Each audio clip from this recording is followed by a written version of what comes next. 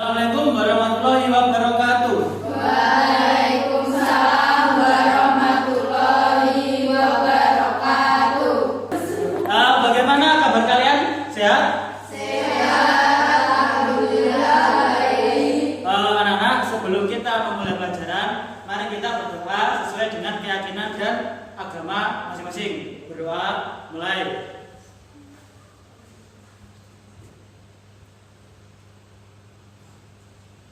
Selesai? Baiklah anak, hari ini apakah ada yang tidak masuk? Tidak ada. Nihil ya? Ya, oke. Hari ini kita akan mulai mempelajari bab 6, yaitu bela negara dalam konteks Negara Kesatuan Republik Indonesia. Bela negara. Apa itu bela negara? Ada yang tahu? Seperti apa bela negara? Contohnya, bela negara. Pengertian bela negara berdasarkan pasal 1 ayat 2 Undang-Undang Nomor 1 Tahun 1998. Bela negara adalah tekad, sikap, dan tindakan warga negara yang teratur, menyeluruh, terpadu, dan berlanjut yang dilandasi oleh kecintaan pada tanah air, kesadaran berbangsa dan bernegara Indonesia, serta keyakinan akan kesaktian Pancasila sebagai ideologi negara, dan kerelaan untuk berkorban guna meniadakan setiap ancaman baik dari luar negeri maupun dari dalam negeri yang membahayakan kemerdekaan dan kedaulatan negara, kesatuan dan persatuan bangsa, keutuhan wilayah, yurisdiksi nasional, serta nilai-nilai Pancasila dan Undang-Undang Dasar 1945.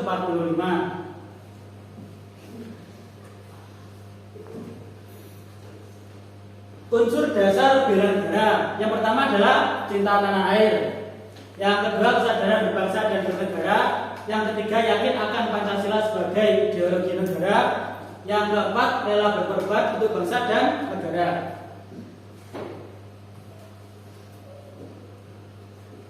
Fungsi dan tujuan bela negara. Tujuannya adalah pertama mempertahankan kelangsungan hidup bangsa dan negara. Yang kedua melestarikan budaya.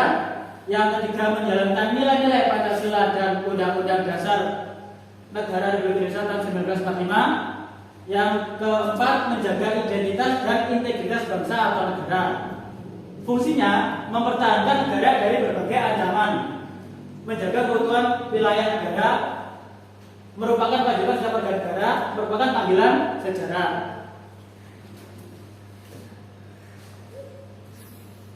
Mengapa kita harus bela negara? Karena bela negara merupakan hak dan kewajiban setiap warga negara. Pasal 30 Undang-Undang Dasar 1945 menyebutkan bahwa tiap-tiap warga negara berhak dan wajib ikut serta dalam usaha pembelaan negara. Konsep bela negara terdiri fisik dan non-fisik. Bela negara secara fisik pelaksanaannya dilakukan oleh rakyat terlatih yang terdiri dari berbagai unsur, misalnya resimen mahasiswa, perlawanan rakyat, pertahanan sipil, mitra babinsa, OKP yang telah mengikuti pendidikan dasar militer dan lainnya. Bela negara secara non-fisik dapat dilakukan dengan cara belajar dengan sungguh-sungguh, mencintai produk-produk dalam negeri, mempelajari dan melestarikan budaya bangsa sendiri, tidak mencemari nama baik negara, tidak terpengaruh akan budaya asing yang bersifat negatif.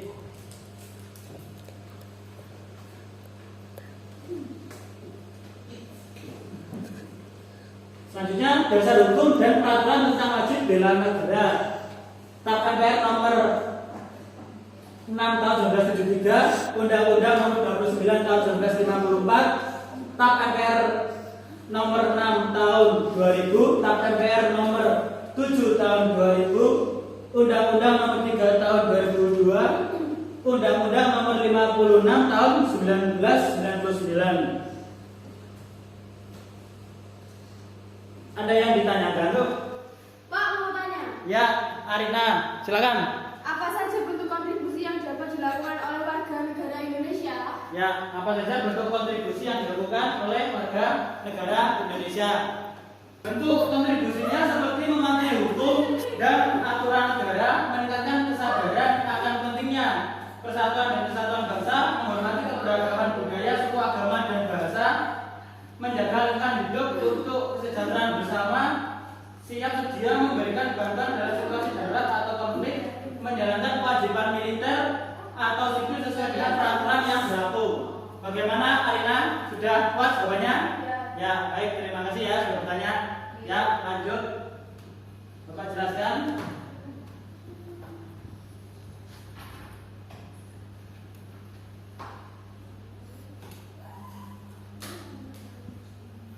Apa manfaat yang didapatkan dari bela negara?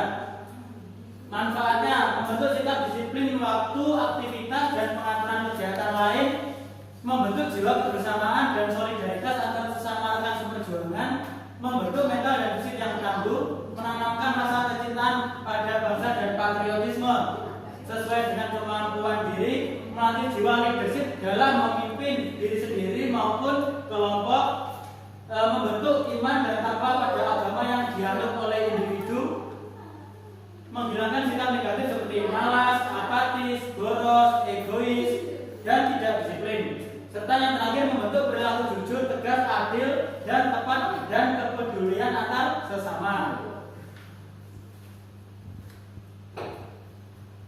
Apa penyebab lemahnya kesadaran bela negara?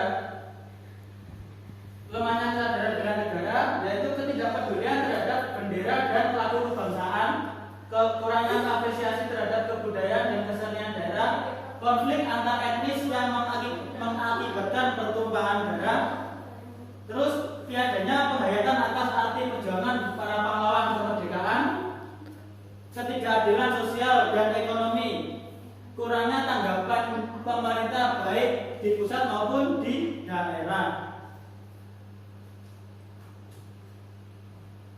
Macam-macam ancaman, contoh ancamannya dari luar, yaitu upaya menghancurkan moral dan budaya bangsa melalui disinformasi, propaganda, peredaran narkotika dan obat-obatan terlarang, film-film porno, atau berbagai kegiatan kebudayaan asing yang mempengaruhi bangsa Indonesia, terutama generasi muda yang pada gilirannya dapat merusak budaya bangsa. Dua, ancaman dari dalam, itu contohnya masalah KKN, kasus narkoba, ancaman bidang politik, pemberontakan, dan tawuran. Untuk diskusinya nanti kelompok 1 itu adalah bela negara di kancah internasional, kelompok 2 bela negara di masyarakat, kelompok 3 bela negara di sekolah, dan kelompok 4 bela negara di keluarga. Nanti kalian cari contohnya, kalian diskusikan, setelah itu kita jawabannya kita baca ya nanti. Ya, oke, silakan mengerjakan. Terima kasih, Bapak harap kalian paham dengan materi yang Bapak sampaikan. Sebelum kita mengakhiri pelajaran, kita berdoa sesuai dengan keyakinan dan agama masing-masing. Berdoa.